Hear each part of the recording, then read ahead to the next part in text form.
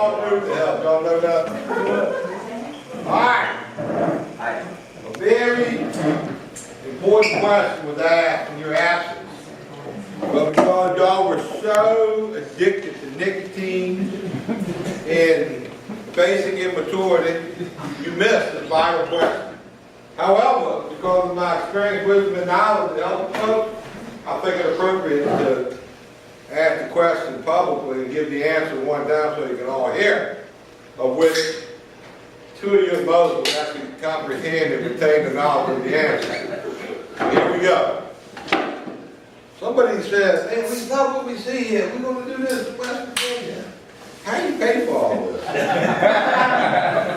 that's a great question. Do it. How do you pay for it? I'm giving the answer. You asked for some feedback. And not yet. I didn't wait. So that's a good thought. Did I ask for feedback from everybody? Take a poll here. Did I want the feedback? Just checking my own teaching technique. Now, everything we do here at the McShin Foundation, with a handful of exceptions, is no cost, free, open to the public.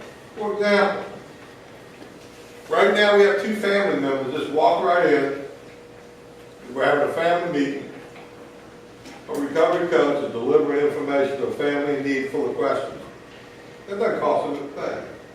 Nowhere in America, I don't think you can walk right in to a professional addiction organization unannounced and have a high-level question-and-answer session to where everybody will probably feel good at the end of the session. We have over 2,000 meetings a year that are free, open to the public. Many of them are NAA meetings, family meetings, 12-step meetings. Many of them are groups like this, social groups we do all day long. No charge. We take in between all the phone calls we get here and all of our cell phones for our recovery coaches, we field over 150,000 phone calls a year. Well, nobody pays us for them phone calls.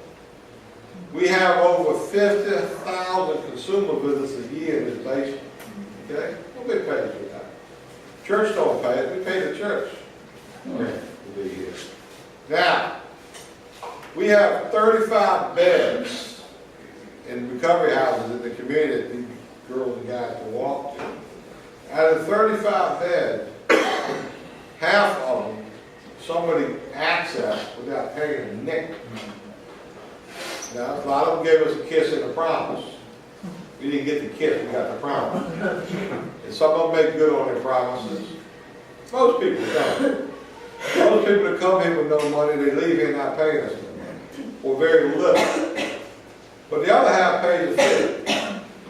We identified early on a need to serve families who are getting milked by the private treatment center. Right.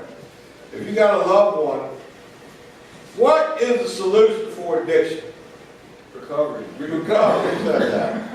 Very good. Treatment is a discovery period that lets the consumer know they need recovery. If you go to treatment, they're going to tell you when you go back to your community, get a sponsor, get a home group, go to meetings. Here's a list of free stuff you can get involved with. See a counselor if you got insurance, do follow-up. Now, let me also say, I'm not anti-treatment, okay? I told you I went to a treatment center to save my life. Half my family's been to a treatment center. Me and my wife are Cairn Alumni of the Year Award recipient. Cairn Foundation is the best treatment center in the world. Okay, I'm not anti-treatment. I'm not anti-counseling. I'm not anti-medication. What I am is a common sense consumer. And I think we need to all work together to practice common sense behavior. I get way out there and come across way bad and wrong on how to deliver some of this. So I need to just disclaim full disclosure here, okay? I love treatment. But I also know there's abuse takes place. You know, and I know what a kid probably needs need to go back where you're gonna be pampered and catered to. You don't need to spend $35,000 to send your loved one to Malibu Ranch. Okay? Half the movie stars that they pamper and cater to, they're just their money-getting machine. When the money's gone, where do these people end up? Salvation Army. And then they get recovered. You follow me? So, we've identified a market. We try to market to a population through doing free events, fundraisers. Like today we were at the Rotary Club, speaking at the Rotary Club.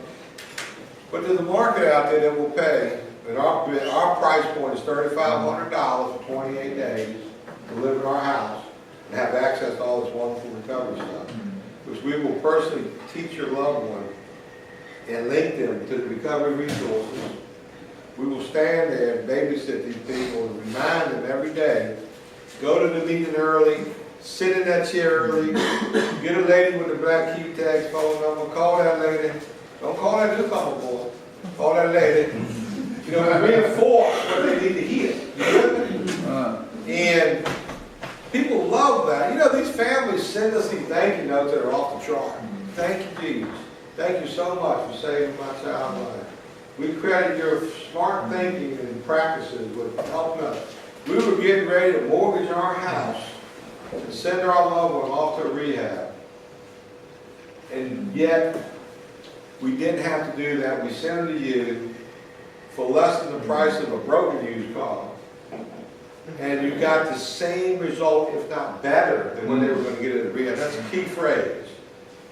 All any rehab can do for anybody is buy 30 days of clean time with positive messaging on what they need to do. Does the Sheehan Foundation have any formal agreements with any treatment centers that where they refer people? Great, fabulous question. They don't want anything to do with it. See, when we started out, we were referring people to treatment, big money treatment centers. We started out a referral organization. Always meant to be a referral. We always meant to help families. We didn't mean to be in the service side of the housing that we got into. I'd send people to these rehabs, and then what they would do, there's no way we could sustain financially. They weren't paying me. Right. They weren't supporting us financially.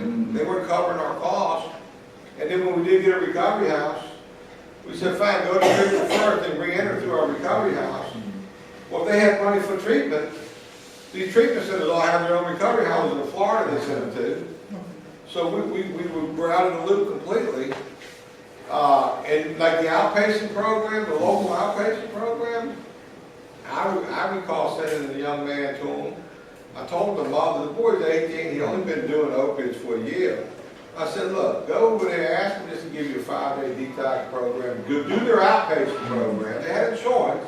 At that time, they were charging, $4,500 for 6 weeks outpatient. I said, but don't let him put you on methadone. He doesn't need to be on methadone. He's only 18. And they went over there. The first thing that person did was say, we're going to put you on methadone.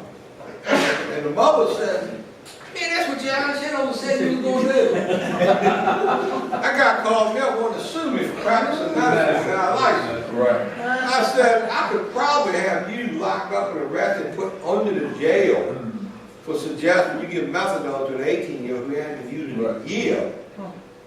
His first shot at recovery you should not addict him to a life of misery. So the word quickly spread to all the outpatient programs in the community. Stay away from me, I'm crazy. So we no longer, this is important to hear this. I gave a presentation in Charleston, South Carolina about a month ago in front of the greatest brains in America about McShin. And one of the questions I had to answer on my PowerPoint was things that worked and did not work, things I would do over, what not to do. Well, as you can tell by hearing me, I have a technique, an ability to alienate people from me. And this is an area where I said, look, if I could do it over, I might have sent Natalie or Katie in to do my talking to these treatment center people instead of me. Right. Because they look better, they're sweeter, they're nicer, I shouldn't be the bully pulpit to these guys. And I'm just gonna ruin my relationship with them. But I'll quickly call a shovel a shovel. Right. I said, man, you guys, you're off. But they got all the money, we don't. See, them guys are making millions. He hit a $10 million a year rehab.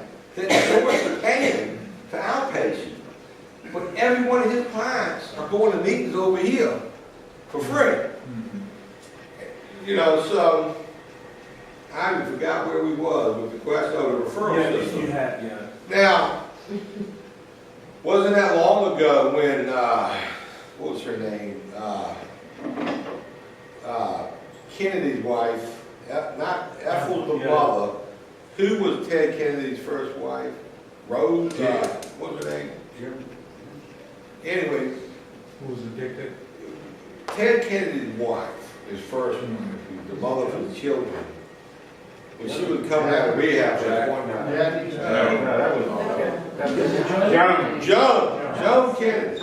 We used to do personal coaching and personal whatever. They wanted my wife to babysit Joan Kennedy while she went from rehab to the family wedding and back to rehab and keep her sober. You know, so there's a time, there can be a time again when we're very valued and respected of who we are and what we do. Independence swinging back the other way, by the way.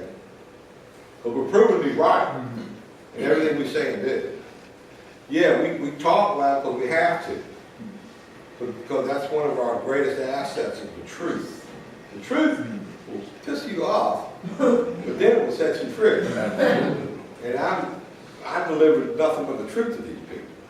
So, yeah, we got a little relationship with some people. It ain't all that bad. It can be better. It needs to get better.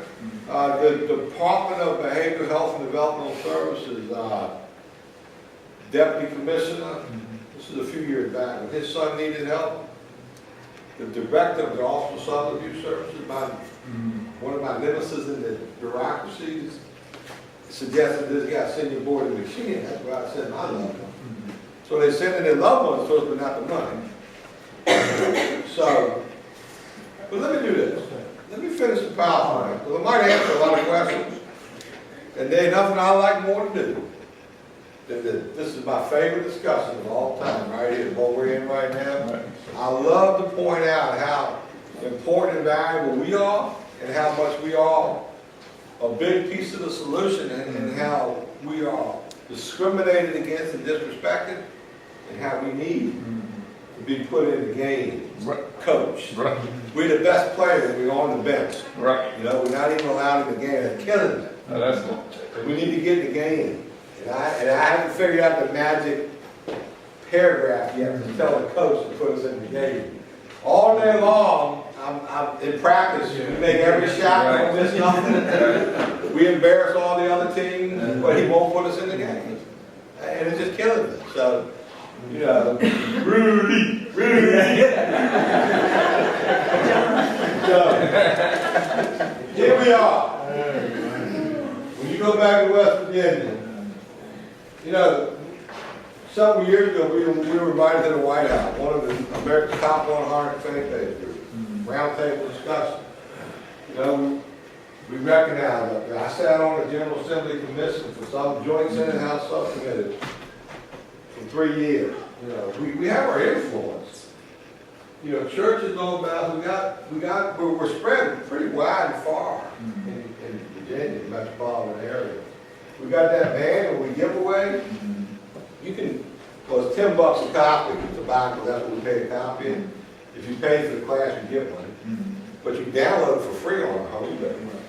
There's other agencies around the country that sell these. There's a company up in Connecticut. CCR. Yeah, they want 25 grand for that book. Of course, they'll send somebody to you to show you how to read it. Can you read it? And yeah, say $25. Don't take our class, I'll show you how to go back and do your own class. And we have a fee for the class, but we don't always charge. I don't know if y'all pay or not, but yeah, it don't matter. I mean, some lady was here, was it you? I don't have $200. What do you got, 20? Here, we'll take it. You know, so that's another way we get revenue. We do fundraisers, we do that housing fee we charge, That's my question. it's supposed to be $125 a week thereafter, stay as long as you want. Right. A lot of people come in here, you know, they'll go do chores for their rent. I mean, we just work it out. Okay.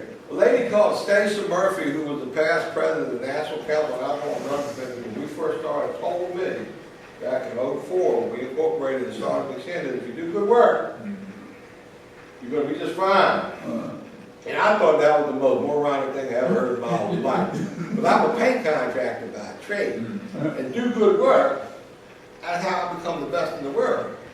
You know, I got a picture in my office, a couple of the American paint contractor man. I'm #1 in the world one year. Faux finish, I am the man. I'm Tiger Woods of paint. I don't get the money the girls to get, but I got a title. Now, but when she said, we do good work, I thought you're crazy. I'm not painting. What do you mean do good work? I had no idea what she was talking about. But when you start a recovery center, if you do good work, you don't never have to worry. And that's been our story over here. And we help thousands. And we do good work. But a lot of people want us to do work other than what we're capable of. I'm not capable of writing you a prescription. I'm not capable of sitting down as a counselor would. Right. That ain't my specialty. Right.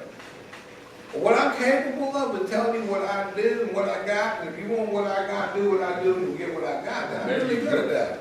And if I can dress it up a little bit and then really give you some hope, make it look easy, it's easy, man. If I can do it, you can do it, you know what I mean?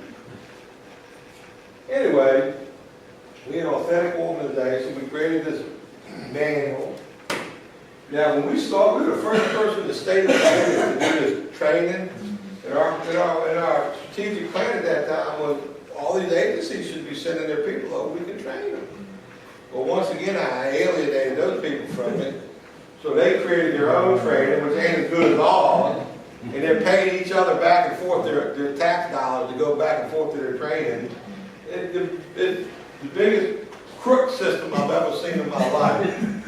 Would you rather be in this training or be over here twiddling your thumb with some jerk that's scared to say damn, that don't have a clue how to deliver recovery support services? But what they're saying was authorized. And they get paid to sit there and bore you to tears. You'd have 25 Marys standing up in the back right now. Now, as it is, we just got one. There's a reason for that. You ever heard of burning a candle at both ends? Ooh. I didn't need to go there, I'm sorry. That used to keep me awake at night too, buddy. Addiction recovery is a reality. There are many paths to recovery. The three biggest pathways to recovery are what? Right.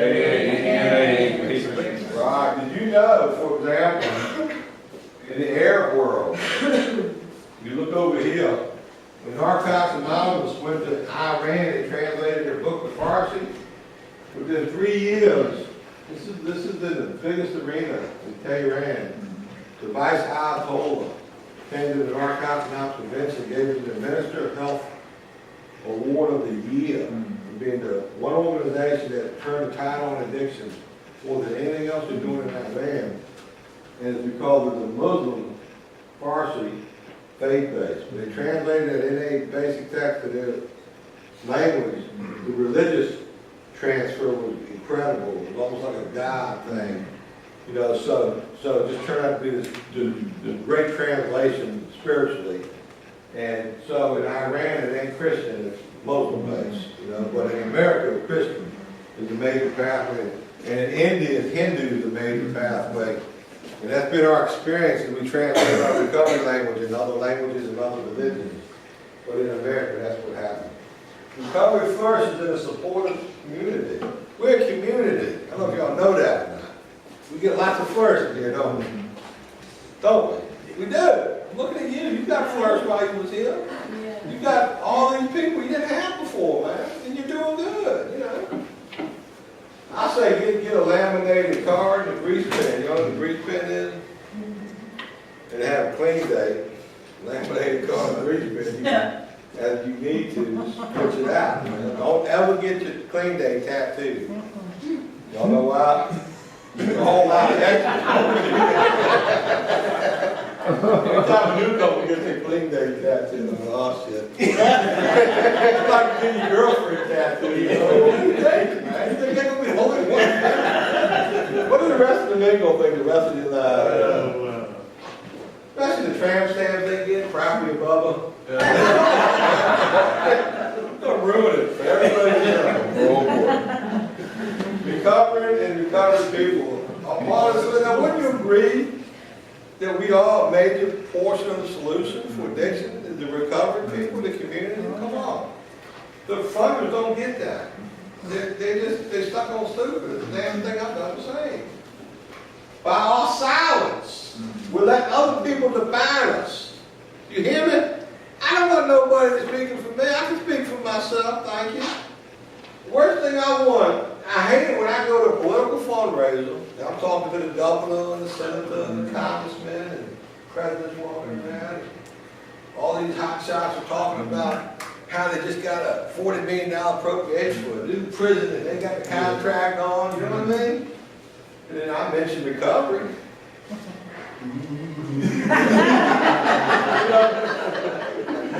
Do you want me to be the only spokesperson for recovery? Do you? No, you don't. Step up. Can you do a better job? Can you? I know I can. I love it when I got critics in the meeting. Like I'll speak at an NA meeting.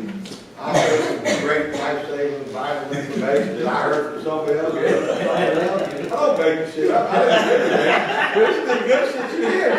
Or you share. But there's always somebody in the group wants to come up behind you and just say completely opposite. Devalue what you just said.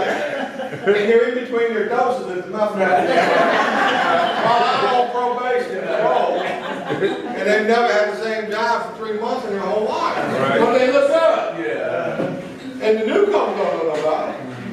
Oh, they know, man, that's great channel, man. It's the damn thing I've never seen. Well, guess what? When you get 20, 30 people stand up saying all that good stuff, then all of a sudden you got something. You got a wee thing cooking here. Right. And that's what we need. You know, we're strength in numbers. You take a stick. You can break a stick, a paint stick. You can break it pretty easy, you know what I mean? Put 30 paint sticks together. They ain't hard to break. You know, I'm one guy out here trying to change the stigma associated with this disease. I'm a walking, talking, face and voice of recovery. Okay? I mean, when I go to the General Assembly, half the members know me. Here come McShin. They don't know the Shin also. Here come McShin. Run! You know. But when they love you, they tell who you think they call them. All right. Big shit, because they see it working. They see recovery in action. So don't let other people define you, even if you're wrong. When you, like, this is one of my favorite things. Betty Ford. How many of you heard of Betty Ford? Yeah. What is she famous for? Betty Ford Clinton. Don't ever call it a clinic. It's a center. Everybody agree? Betty Ford Center? Her claim to fame was the first public figure to go public about having a mastectomy, breast cancer. Cancer was taboo. You couldn't say that word. Exactly. And then when she got breast cancer, she went public, she talked about she won the hearts and minds. As a matter of fact, if they held the election the next day, there's been no Jimmy Carter. Now, it was also during that period she got addicted to Percocets. And alcohol started tumbling down the steps of Air Force One, which started Betty Ford. So that woman was way more woman than you'll ever know. I knew her personally. When she passed away, I was invited to her funeral by her family. That's how close we got. Of course, my wife's relationship, but that was the funny husband that they always liked. But Great. I forgot where I was.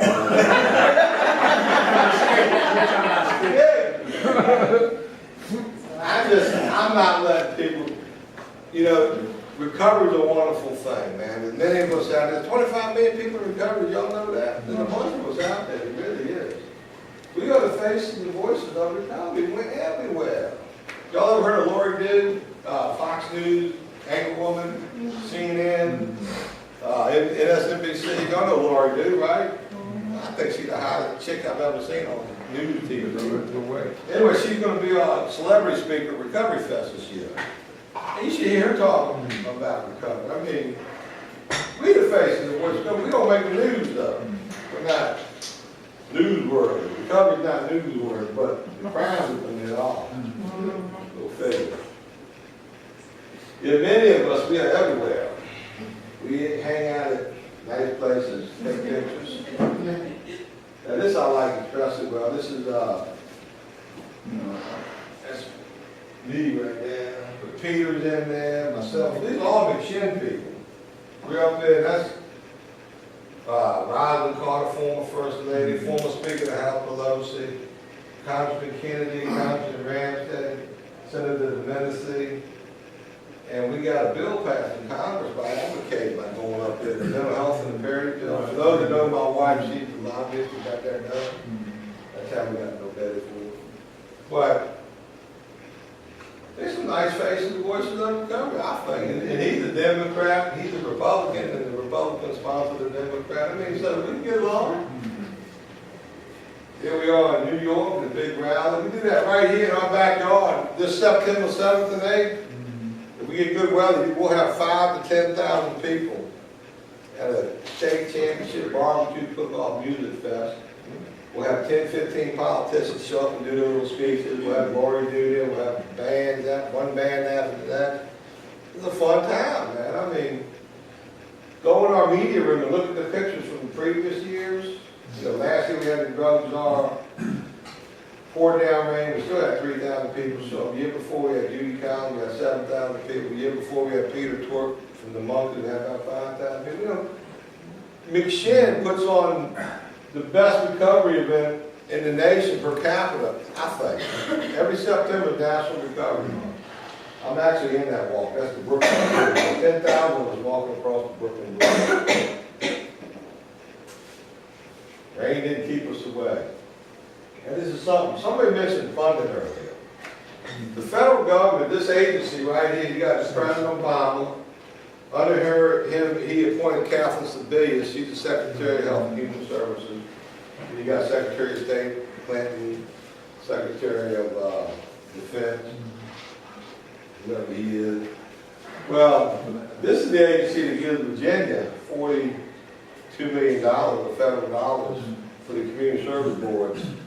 Build a building, hire a security guard, put out front to keep addicts away from going and getting services.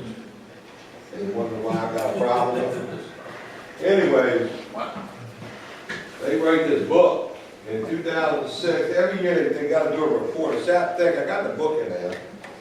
They made it clear that year 22 million people needed treatment, that 4 million people got treatment, that out of the 4 million, 2.2 million received treatment at a self-help group. And they got my interest up. They give Virginia $42 million to provide services. Okay? And half the people getting service, even though this is the national number, Virginia numbers are 600,000 is what we need to help here in Virginia. So over half of our people are getting help from self-help groups. And I looked up in the glossary, because I remember from school, St. Bridget's, you got a question, look it up in the glossary, it might be in there. I went to the glossary, and it defined self-help group as Alcoholics Anonymous or Narcotics Anonymous. It didn't say Al-Anon, it didn't say Christian faith, it said there's only 2 self-help groups they list, AA and NA. And I thought, well, ain't that a bitch? They've given us, in Virginia, $41 million to help people. Over half the people getting help, they're going to free organizations. We're the one organization in the state of Virginia who we link more people to those organizations than anybody else. Right. Meaning we send more newcomers to NAA, and we're the main link, the main conduit, and we're discriminated against. Okay? Well, I went back, I saw the Secretary of H&H and these funds I looked at the White House at that, the year after, at one of the best faith-based organizations in the country. And I talked to the guy, I said, you know, the numbers, your own numbers are telling the world that we're over half the solution, we get none of the money. Right, I'm insulted. that's right. And you know what happened? The next year when they printed that book, they took that section out. Now they got that only 2.2 million people get help. They took out the part that 4 million get help, and only 2.2 get itself done. So their answer to me asking was, okay, we have a printing issue here. Right. You know, we have a 4-year split. That's, The future of America will be shaped by our silence or our voice. You with me? Now, I don't know if you know anything at all about politics, okay? And I'm just slowly learning. How do you think I got 98 delegates and 39 senators to vote for our bill? I didn't do it by being silent, okay? I started showing up at their fundraisers, writing $50 checks, $100 checks. I started bringing newcomers with me. Look like their children, their sons and their daughters. Okay? We started having picnics and events. We invite them to come speak to us. Every year we do a banquet. Our first year we had Congressman Cannon in 04, 05. I didn't know he was going to end up being the majority leader of the House of Representatives, future Speaker of the House probably. I had no idea. You think I heard our call then?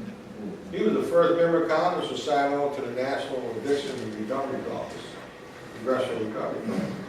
We had Bobby Scott one day. You know about Congressman Scott? He's about the most liberal congressman you can have, and Canada's about the most conservative. See, we fair balanced. We educate them all. We've had governors, lieutenant governors, senators, congressmen, mayors. Every time we do an event, we bring somebody. You know why? Because what are they going to look at? You. They're going to see you and your family members. right. They're going to have a personal relationship now. All of a sudden, we just brought it home to them. We personalize recovery. We don't glamorize addiction. We personalize recovery.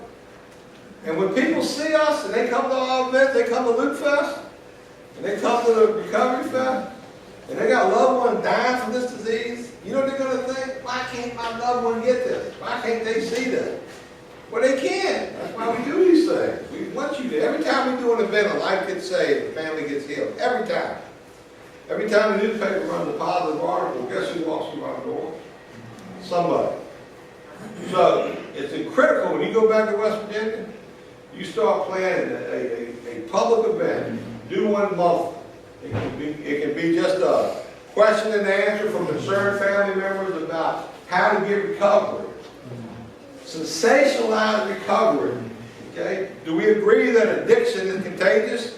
That if my daughter hangs out with beer drinkers and pot smokers, what's she going to end up doing? Well, guess what? Recovery is contagious as well. I think recovery is very contagious. So, let's have an abundance of recovery opportunities so people that need it can come. My favorite place to go is jails. Sheriff Wade, he always introduces me as his one friend he knows. And of all his people trying to get out of his jail, I'm the only one that's trying to get in. Y'all ever been fishing before? When I go fishing, if it's a hot summer day, I'm not going to sit in the middle of the lake, burn my ass off, and not catch no fish. When I know the fish are pulled up in the shade on the bank, and I'm going to go over there, bring up my best worms, and I'm going to slam them. Bam, bam. And if it's morning and evening, the time you're going to get them, that's when I'm going. Now, our jails and prisons got 85% addict, okay? I said it earlier, we have 70,000 plus people locked up in Virginia right now, 70,000. 85% are addiction related. You don't think they would like to have a guest speaker in there? Some of you folks came from jail. You know how valuable that guest speaker was? We look forward to that, don't we? Man, I'd be up there every day if I could. And guess where they come in when they get out? If you do a good enough talk, they come in here. And they may not stay clean, but at least they now have a reference point in their brain. They got a Kodak on. When you really need it, wow, I remember McShin, I remember recovery, that's where I'm going. Like, before Chris said. Which This one right here, we were talking last night, this is the recovery, right?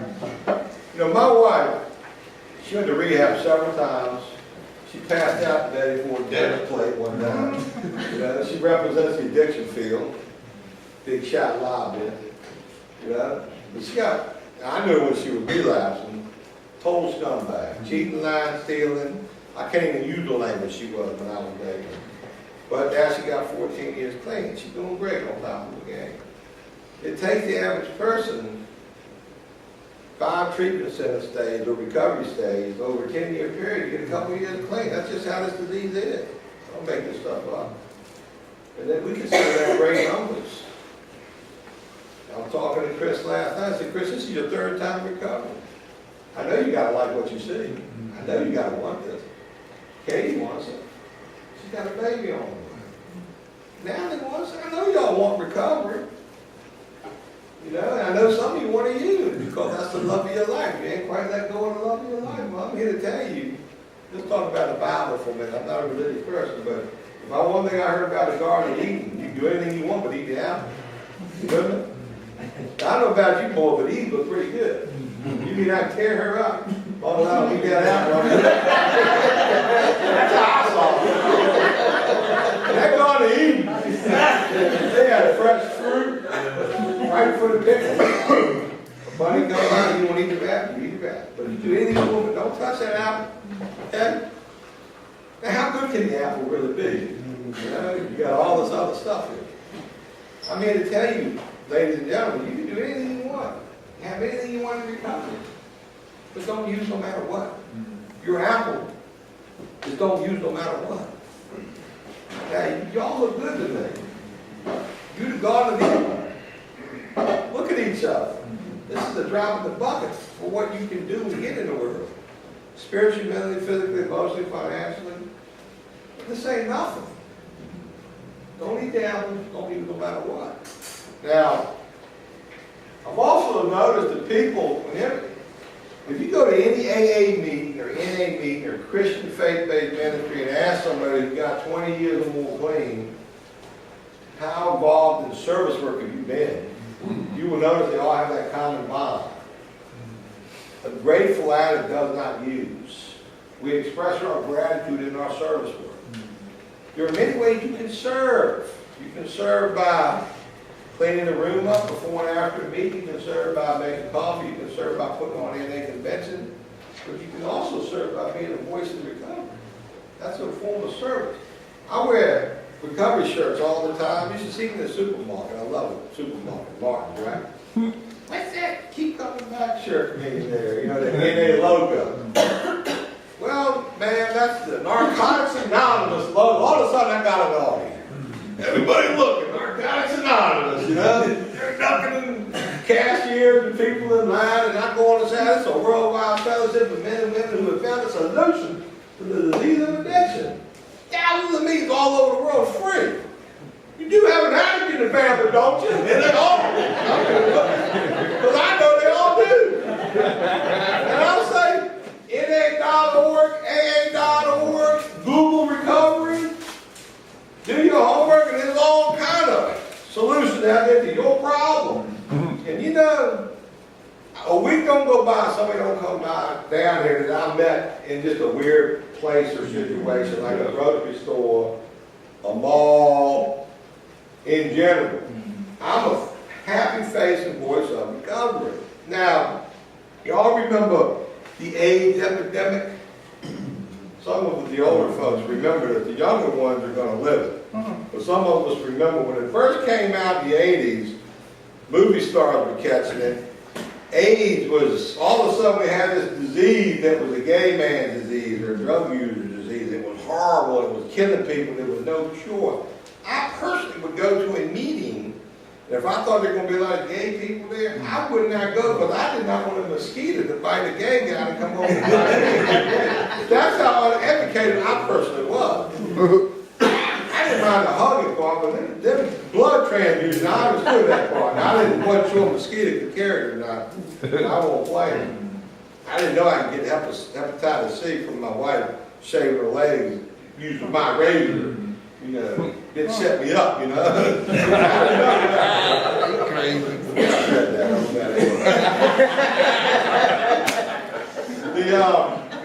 Well, where was the age at? Stay focused now. I've got to help me out here. But AIDS went from an untouchable disease. Kill these people, throw them away. The world's garbage. Then Liz Taylor got on board, once Rock Hudson died, Michael Johnson, Magic Johnson, and all of a sudden families were marching in the streets. And within a 10-year period, they went from kill them all to the most funded research disease the world has ever seen within 10 years. They did that to advocate. Okay? And when you turn on your TV in the morning, you'll see my neighbor. She used to be on there, Sarah Flippin. I'm a breast cancer survivor. 46 days playing national TV. I'm watching TV. Hey, Sarah, look, that's Sarah down the street on TV, man. A newcomer. A newcomer. Don't know if she's going to live or die. 46 days playing for breast cancer, you know what I mean? And how many cancer commercials you see where people say, I got 3 months clean, I'm a year clean. You with me? Disease survivors.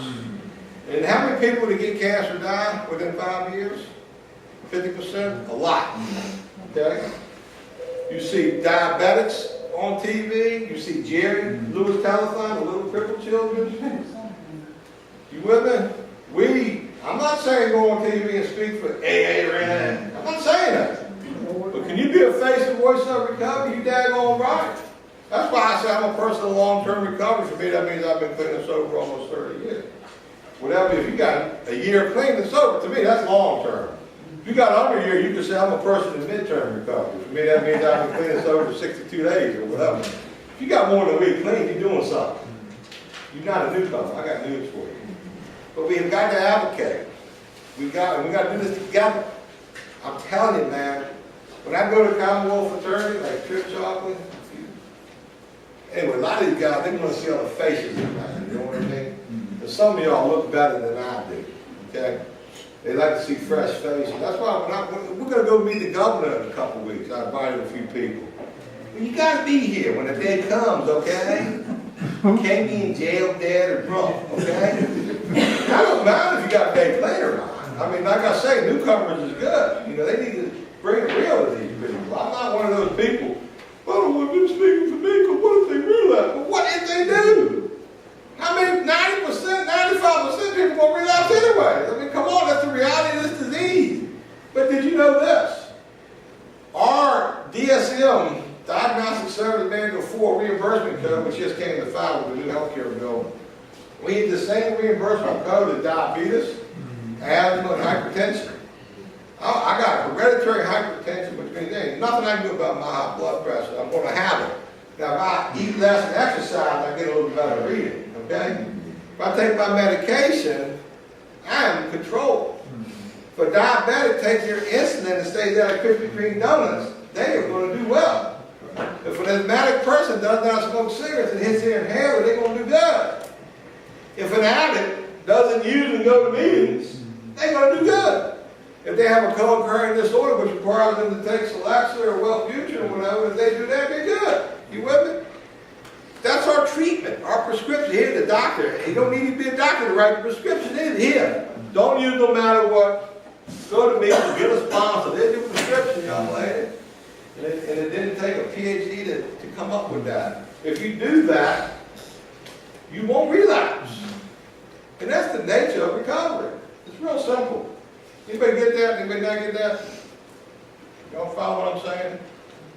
Yes, we have a disease that has a behavior issue. You know, took my mommy's money. I bought my baby a Game Boy, and 2 days before Christmas, I took it back and sold the crap. I mean, we do some terrible things, man. I mean, we do. I mean, and if some of us weren't as bad as others, guess what? You can get there. That can happen to you. When you say, I haven't done that, I will always put the word yet. Yeah. I ain't done that yet. I ain't sold my ass yet. Yeah. You daddy show yet. Anybody? Why? And what's that stand for? We're eligible too. You're eligible too, that's right. So you can be a wise person and learn from other people's mistakes and believe what we're saying. You can be a smart person, make the same mistake half a dozen times and learn from it. Or you can be a dumbass addict and make the same mistake your whole life and be in and out of the criminal justice system. That's up to you. That's one thing I can't do for you. Where are we? Oh, the big guns. We want to spare no effort in this march for reducing the stigma. You people are the big guns. We have many weapons that are awesome. We use everything we got, facing the voices of recovery, work our steps, do what we're supposed to do. We're going to win this battle against addiction.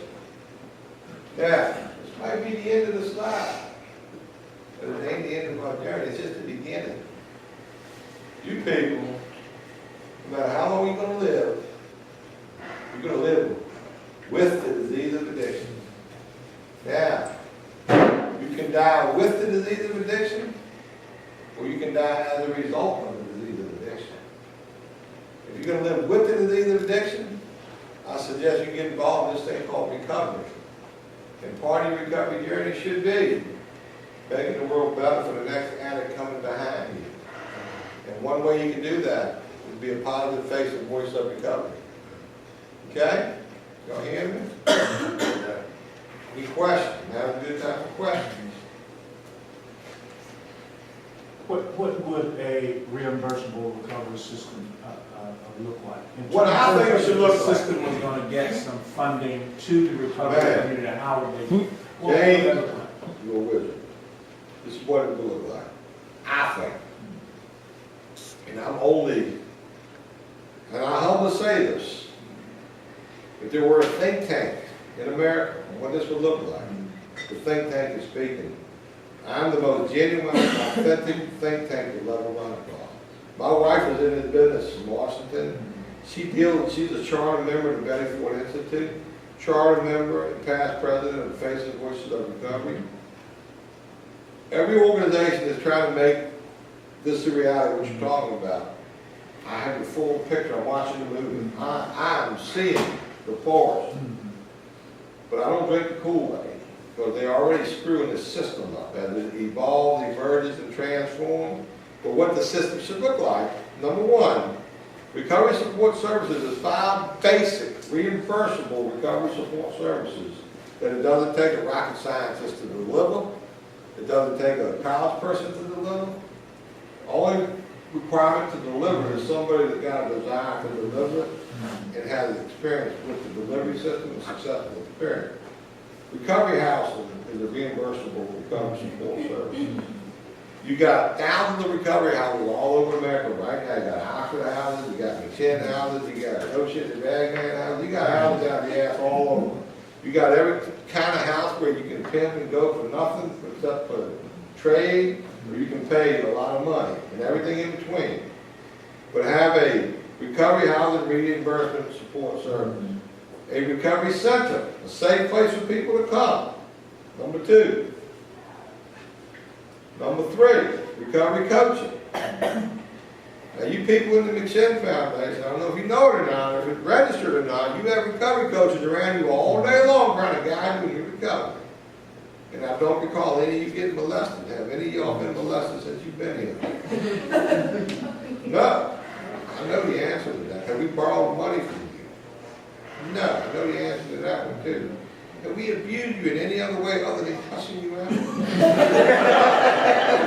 know the answer to that one too. Is any information we ever delivered to you anything but what would be good for you? No. Okay? So we provide a peer delivered reality base. Do we coddle anybody here? I will beat your ass. You say you're not. We will not coddle or enable you to be addicted.